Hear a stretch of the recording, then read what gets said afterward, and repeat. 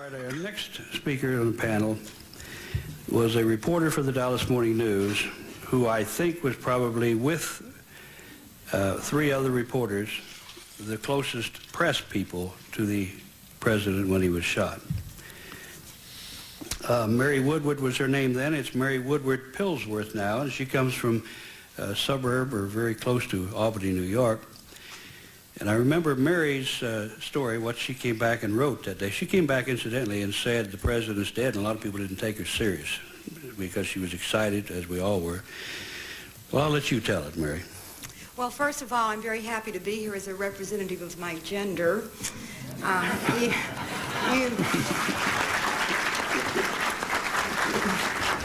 You may notice on your list of participants that I'm an addendum, and that's rather descriptive of my role on that day as well.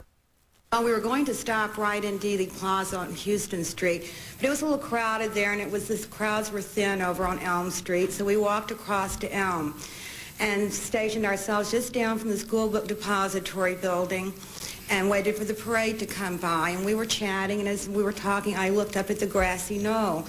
And I said to my friends, I said, that's a very dangerous looking spot to me. It must be a lot of security up there because it looks like a perfect spot if somebody wanted to do something.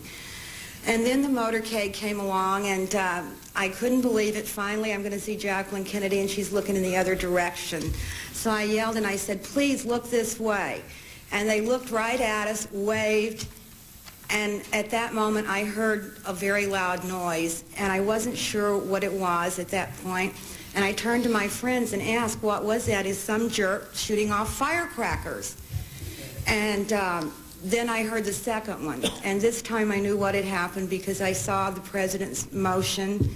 And then the third shot came very, very quickly on top of the second one. And that time I saw his head blow open, and I very well knew what had happened by that point. But what I couldn't really believe, as someone else mentioned, was the car had, after that first shot, had come practically to a stop. And later on, in looking back, when I said I could not believe how well-trained Secret Service people reacted so slowly. I would have expected that from ordinary human beings, but I expected that they would have reacted much quicker. Because I've always felt in my mind that I knew the first shot missed. I had never wavered on that, and I see now that it's getting a lot of support.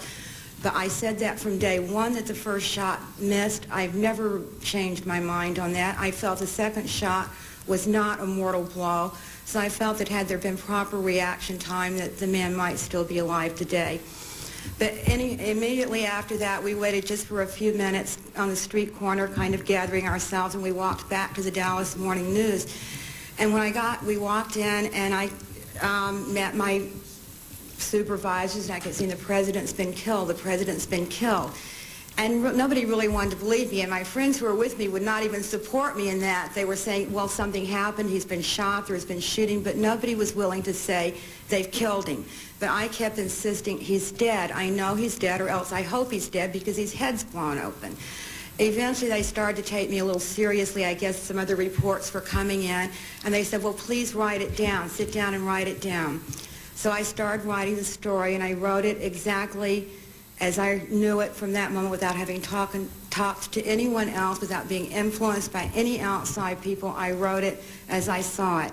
And to this day, I think I wrote it correctly. I read it again for the first time just in preparation for coming here, and I said in that story that there were 3 shots. I said that there was a pause between the first and the second one. I said the first shot did not hit anything, and I believe that very strongly to this day.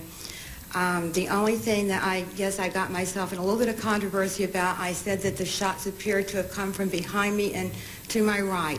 And I did say seemed to. I didn't say they did come from that direction. Because first of all, I have very great difficulty discerning the direction of sounds anyway. I'm the kind of person on the thruway, when I hear a siren, I panic because I don't know where it's coming from. And secondly, I had spoken to my friends just prior to the event, suggesting that the grassy knoll would be the perfect spot for an assassin. So I said it was somewhat like self-fulfilling prophecy, that when it happened, I naturally expected to have come from where I had predicted it would come from. So in reality, I do believe they did come to the school book depository building, so I get a little bit upset when I get put in the other column. But it made me very interesting to a number of people, including people like Mark Lane and Jim Garrison, who repeatedly tried to contact me and raise the question of why I was not called before the Warren Commission, and the reason why, of course, was because I had said the shots had come from the other direction. But in reality, I never spoke to either of the gentlemen, although they both have indicated, including Mark Lane and the Warren Commission, that he had spoken to me. But I never spoke to Mark Lane in my life, except to say I wouldn't speak to him. Sometimes that's enough. I guess so. We learn hard, don't we? But just a little concluding thing. At the end of that day, I went home at my regular time, but we were all so keyed up that I decided I had to go back to the office. So I went back that evening, and as a journalist perspective, it was just amazing. It was like when I was growing up and wanting to be a journalist, it's what I thought journalism was going to be like, with this city with people yelling "copy boy" and running back and forth and bells going off. And that's just like it was that night. And there were people from all over the world there, and I stayed on all night long. I spoke Spanish, so I was translating for people, and I was running copy. And from that, it was another very interesting and exciting aspect of being a journalist on that night. And I don't know if we'll ever see something like that again, but it was truly like the movies. I felt I was back in front page. Thank you, Mary. I hope we'll never see anything like that again.